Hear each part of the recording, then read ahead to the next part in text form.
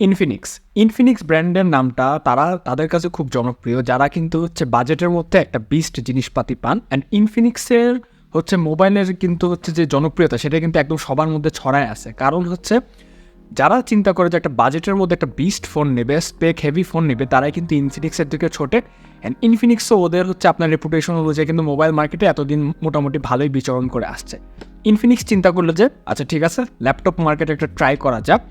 এইখানে আমার সামনে আজকে যে ল্যাপটপটা দেখতে পারতেছেন সেটা হচ্ছে আমাদের ইনফিনিক্স ইনবুক X2, একদম একটা নিউয়েস্ট এডিশন ফ্রম ইনফিনিক্স। এটা কি আমাদের বাজেটে সেই জিনিসটা সার্ভ করতে পারতেছে কিনা, কি অবস্থা ইনফিনিক্সের নতুন ল্যাপটপ হিসেবে এটা স্ট্যান্ডিংটা কোথায়, বড় বড় যেসব ব্র্যান্ড আছে তাদের সাথে মারামারিতে কতটুকু পারবে, সেটা নিয়ে আজকে কথা হবে। আপনারা দেখছেন টেকল্যান্ড বাংলাদেশ, আমি আছি অনুরাগ। চলুন চলে যাক আজকে আমাদের ইনফিনিক্স ইনবুক X2 একটা পোস্টমর্টেমে।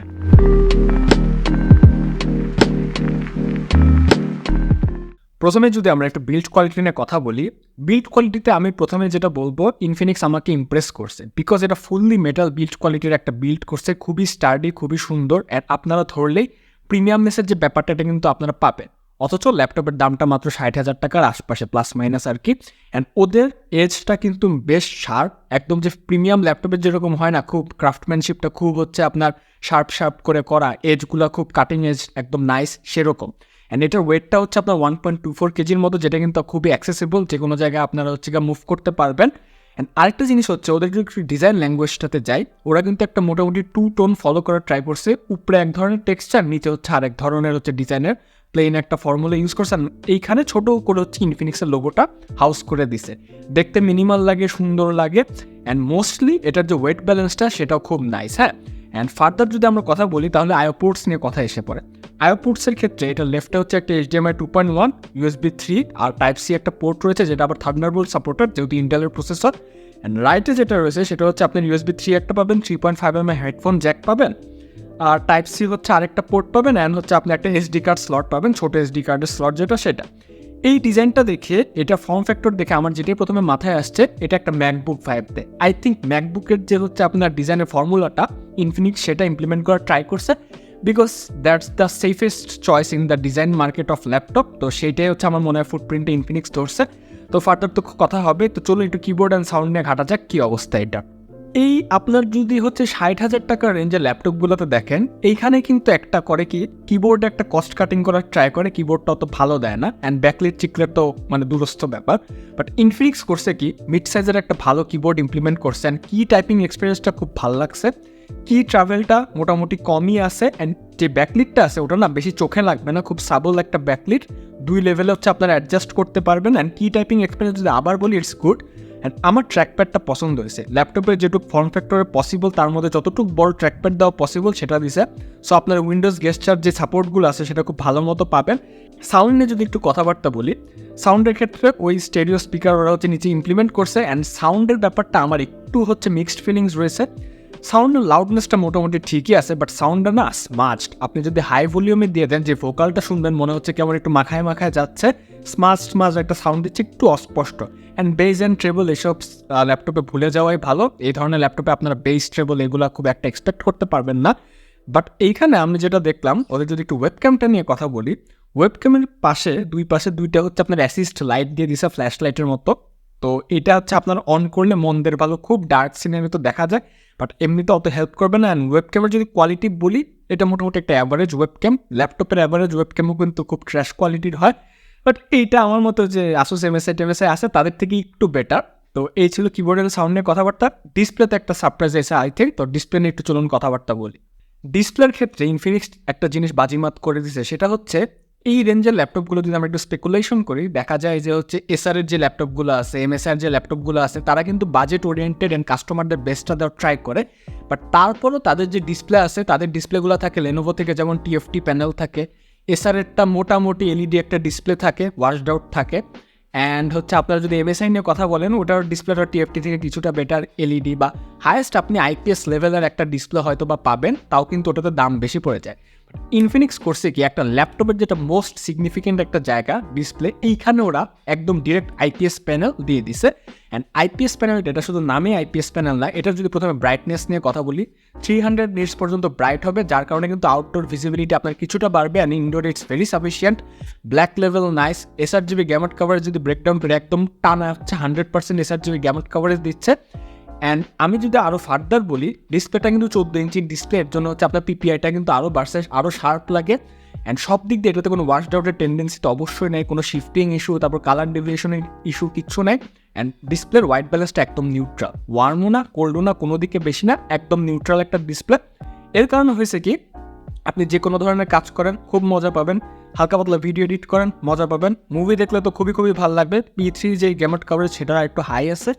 অ্যান্ড সব মিলে আমার মনে হয় এই যে ইনফিনিক্স, এইটা একটা জায়গা, বিল্ড কোয়ালিটি তো বললাম, অ্যান্ড এইটা একটা ডিসপ্লের জায়গা, এই দুইটা জায়গায় কিন্তু খুবই স্ট্রং হোল্ড পজিশনে আছে 60,000 টাকা রেঞ্জের ল্যাপটপে। তো এই ছিল ডিসপ্লে। এবার একটু আন্ডার দ্য হুড নিয়ে চলুন আলোচনা করা যাক।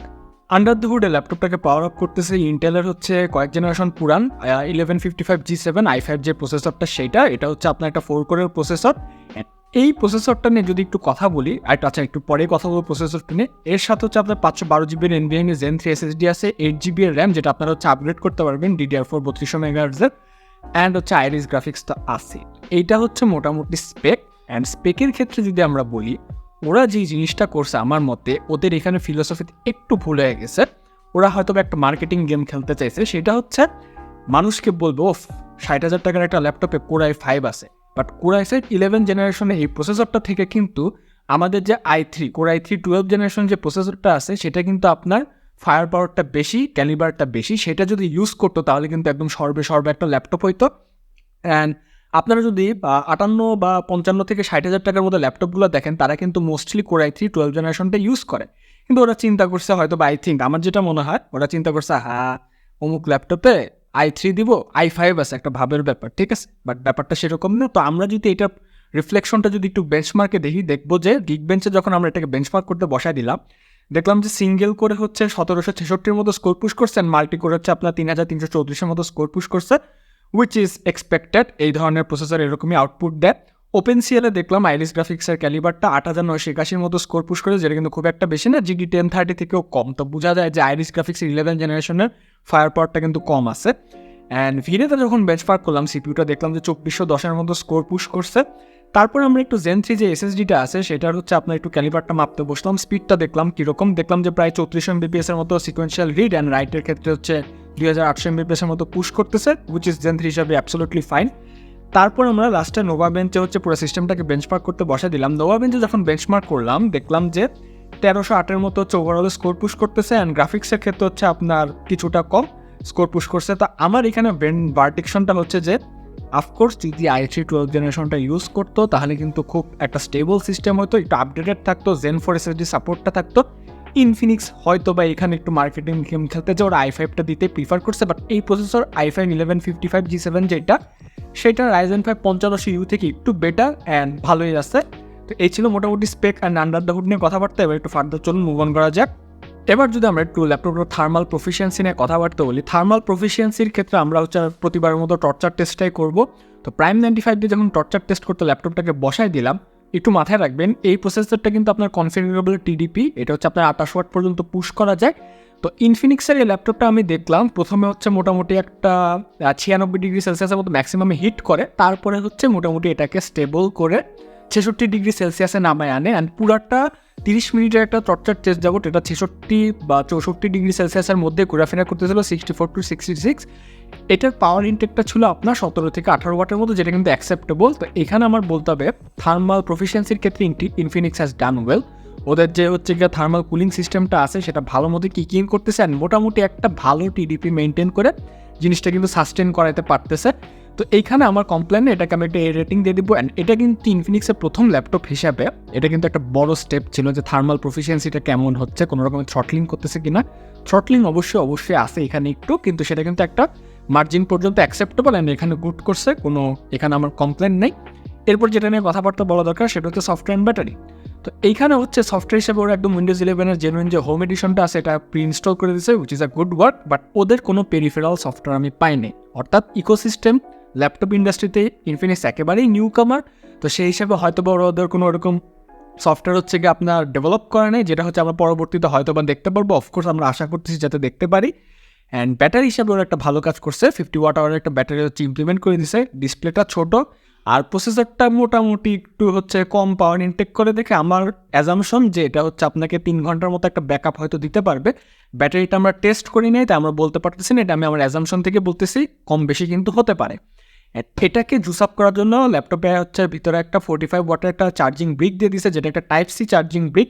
অ্যান্ড টাইপ সি চার্জিং ব্রিকটা দেওয়া হচ্ছে আমি অফকোর্স অ্যাপ্রিসিয়েট করি, বিকজ ওটা দিয়ে আপনি আপনার একই সময় হচ্ছে যে স্মার্টফোনটা আছে সেটা চার্জ করতে পারবেন, অন্য কোনো অ্যাপ্লায়েন্স থাকলে সেটা চার্জ করতে পারবেন, ল্যাপটপটা আপনার চার্জ অফকোর্স করতে পারবেন। বাট 45 ওয়াট অ্যাডাপ্টার হওয়ার কারণে ল্যাপটপটা চার্জ করতে একটু বেশি টাইম লাগে, 1.5 ঘন্টা বা তার থেকেও আরেকটু বেশি টাইম লাগে ল্যাপটপটা 0 to 100 ফুল চার্জ করতে, এটা একটু মাথায় রাখবেন। তো এই ছিল, এবার চলুন কনক্লুশনে এবার কিছু কথাবার্তা বলা যাক। তাহলে কনক্লুশনে ইনফিনিক্স ল্যাপটপ নিয়ে কী কী বলা যায়। আমি যদি প্রথমে এই ল্যাপটপটার ভালো দিকগুলো নিয়ে বলি, যেগুলো হচ্ছে খুবই অবভিয়াস অ্যান্ড খুবই deal breaking.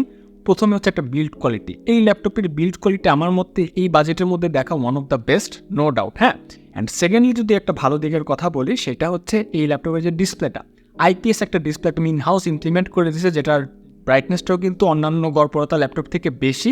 And viewing experience is really good. Sharpness কোনো দিক দিয়ে কোনো ইস্যু নেই। এটা কিন্তু ল্যাপটপকে একটা খুব বড় আপার হ্যান্ড দিয়ে দিবে। খারাপ দিকের কথা কি বলবো, স্যাডলি আমি এই ল্যাপটপে তেমন কোনো খারাপ কিছু পাই নাই। যদি হচ্ছে ওরা 16 GB ইনহাউস করে ল্যাপটপটাকে মার্কেটিং করতো ভালো হতো, একদম অন দ্য গো, একদম মানে রেডি টু পারচেস থাকতো। বাট যারাই কিনবেন আমার হচ্ছে একটা সাজেশন থাকবে, এটাকে আপনারা 16 GB করে নেবেন। অ্যান্ড আরেকটা খারাপ দিক আমার যেটা মনে হয়েছে, ওই যে একটা মার্কেটিং গেম, ওরা চাইছে যে ল্যাপটপটা কোর i5, ওরে বাবা কোর i5 প্রসেসর আছে, এই মার্কেটিং গেমটার পিছে যাক। বাট এটাতে যদি ওরা কোর i3 12 জেনারেশনটা ইউজ করতো, 1215U প্রসেসর যেটা, তাহলে কিন্তু জিনিসটা সর্বা হয়তো যেমনটা বললাম আমি আর কি আরও বেশি লাইক করতাম, বিকজ দ্যাট প্রসেসরটা আর্কিটেকচার ভালো, পারফরমেন্সও ভালো, দুই মানে মাল্টি কোর তারপর সিঙ্গেল কোর দুইটাতে হচ্ছে পারফরমেন্স ভালো। অ্যান্ড বাদ বাকি কী আছে, keyboard typing experience it's good, trackpad good, ওয়েবক্যামটা ওকে মোটামুটি আছে, thermal proficiency is good. And কোনো ল্যাপটপটাতে না আপনারা হিকাপ পাবেন না, মানে হার্ডওয়্যারের সাথে সফটওয়্যার টিউনিংটা ভালো করছি। ইনফিনিক্স একটা ভালো ল্যাপটপ লঞ্চ করছে। অ্যান্ড মোস্টলি যেটা ওরা ভালো কাজ করছে, যেহেতু নতুন ব্র্যান্ড নিউ কামার, ওদের কিন্তু একটা হচ্ছে অ্যাকসেপ্টেন্সের ব্যাপার আছে। ওরা করছে কি, ল্যাপটপটা হচ্ছে আপনার ওয়ারেন্টি তো আছেই মনে হয় 2 বছরের, তার সাথে সাথে একদম 100 ডেজের একটা রিপ্লেসমেন্ট গ্যারেন্টি আছে।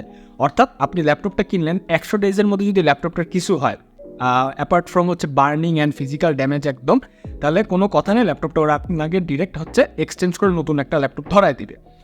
এইবার কথা হচ্ছে ইনফিনিক্সের ল্যাপটপ আপনি নেবেন কি নেবেন না, বা এই ল্যাপটপটা আপনার হচ্ছে মার্কেটে কী চ্যালেঞ্জ ফেস করবে, এটা একটু আমার বলা দরকার। কথা হচ্ছে laptop industry is very saturated. আর ল্যাপটপের প্লেয়ার কারা, Asus player, MSI player, and Guruji তো আছে, এইচপি, আমাদের এটা নিয়ে কোনো কথাবার্তা নেই, ডেল আছে, তারপরে হচ্ছে আরও নানা রকম ব্র্যান্ড আছে, এমএসআই তো আছে। এই মার্কেটে সমস্যা হচ্ছে, এখন আমি বাংলাদেশের যে সিনারিও দেখি ল্যাপটপের ক্ষেত্রে, যারা এইচপি বা মোটামুটি আসুসের বাইরেও অনেকে কিন্তু এমএসআই ব্র্যান্ডটাকেই চেনেন না, যে ভাই এমএসআই ল্যাপটপ নিব, এমএসআই আবার কোন ব্র্যান্ড। বাট এমএসআই আপনি রেপুটেশনটা দেখেন ল্যাপটপ মার্কেটে লাফায় উঠতেছে। তো ব্যাপারটা হচ্ছে ইনফিনিক্সের নিউ কামার হিসাবে এসে এইসব জায়ান্টদের সাথে লড়াই করতে হবে। লড়াই করার মেইন হাতিয়ারই হচ্ছে আপনাকে অফকোর্স একটা আউট পারফর্মিং স্পেক দিতে হবে, সেটা টোটাল ইকোসিস্টেম অর্থাৎ ডিসপ্লে বা বিল্ড কোয়ালিটি যেটা দিয়ে হোক না কেন, ভালো একটা রিলায়েবিলিটি দিতে হবে, ভালো একটা প্রাইস দিতে হবে, যেটা কিন্তু ইনফিনিক্স করার ট্রাই করতেছে। অ্যান্ড ইনফিনিক্স ওই যে বলি না, গরিবের বন্ধু বড় লোকের দুশ্মন ব্র্যান্ড। মোবাইলের ক্ষেত্রে, স্মার্টফোনের ক্ষেত্রে কিন্তু আমরা কিন্তু ব্যাপারটা দেখতে পারছি। ল্যাপটপের ক্ষেত্রে আই থিঙ্ক আমরা ওই টেন্ডেন্সিটা ফলো করতে দেখতেছি ইনফিনিক্সকে, যেটা কিন্তু একটা ভালো ব্যাপার। বাট সমস্যা হচ্ছে ওই যে সাইকোলজিক্যাল গেম। অনেকে তো মনে করেন আমি তো ইউনিভার্সিটিতে যাই, দেখি হচ্ছে অনেকে ল্যাপটপ চালে, আসুসের ল্যাপটপ এখানে একটা সাজায় রেখে বসে আসছে, ROG ল্যাপটপ একটা বসে আসছে, তারপরে ডেলের মনে করেন এক্সপিএস নিয়ে বসে আছে, এইচপির হচ্ছে এনভি নিয়ে বসে আছে। একটা ল্যাপটপ আপনার হয়ে একটা পার্সোনাল স্টেটমেন্ট দেয়, এটা সবসময় মনে রাখবেন। সাপোজ যদি মোবাইল মার্কেটের কথা বলি, ভিভো X100 Pro এই ফোনটা কিন্তু হচ্ছে যে কোনো ক্যামেরাকে খুব ইজিলি মানে প্রাইস বিবেচনায় আউট পারফর্ম করে দেয় ক্যামেরার সেগমেন্টে। ROG ফোন আছে, আইফোনকে হচ্ছে আপনার পারফরমেন্স সেগমেন্টে আউট পারফর্ম করে দিবে। তারপরে কিছু ফোন আছে যেগুলো ডিসপ্লে আইফোন থেকে সুপেরিয়র। বাট দেখা গেছে কি, মানুষ করবে কি, দিন শেষ হয়ে অ্যাপল আইফোন নেবে, বিকজ অ্যাপল আইফোন যখন আপনি কানে ধরবেন, ওটা হয়ে আপনার একটা পার্সোনাল স্টেটমেন্ট দিবে, একটা রয়্যালটির হচ্ছে আপনাকে সিগনেচার দিবে।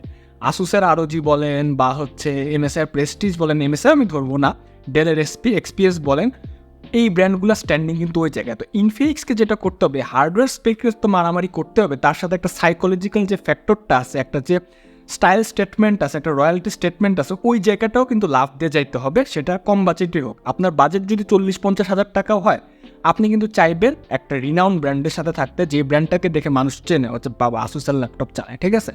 অনেক রকম ফ্যাক্টর আছে, এগুলো নিয়ে কথা বলতে হবে, বাট ইনফিনিক্সের ল্যাপটপটা আপনার টেকল্যান্ডের যে কোনো ব্রাঞ্চে পেয়ে যাবেন। অ্যান্ড ভিডিওটা যেটা বলে শেষ করবো সেটা হচ্ছে আমাদের যে লেটেস্ট এডিশন টেকলিক বাংলাদেশ, এটা হচ্ছে আমাদের গ্রুপ। এই গ্রুপে আপনারা অফকোর্স জয়েন হয়ে যাবেন। এই গ্রুপে আপনারা চাইলে আমার সাথে ডিরেক্ট কন্ট্যাক্ট করতে পারবেন। এই গ্রুপ থেকে আমরা নানা রকম গিভঅ্যাওয়ে করি, পিসির সাজেশন, সিপিউর সাজেশন, জিপিউর মারামারি, বা আমাদের নেক্সট ভিডিও কোনটা নিয়ে হবে সব কিন্তু আপনারা এই গ্রুপ থেকে জানতে পারবেন। সো এই গ্রুপটাতে জয়েন হয়ে যান, নিচে আমি লিঙ্কটা দিয়ে দিলাম। অ্যান্ড এই ভিডিওটা ভালো লাগলে লাইক দেবেন, অ্যান্ড সাবস্ক্রাইব করতে চ্যানেলটা মাস্ট। আপনাদের সাপোর্ট আমাদের খুবই খুবই দরকার। তো দেখা হবে অন্য কোনো ভিডিওতে। Good bye, definitely will catch on the next one.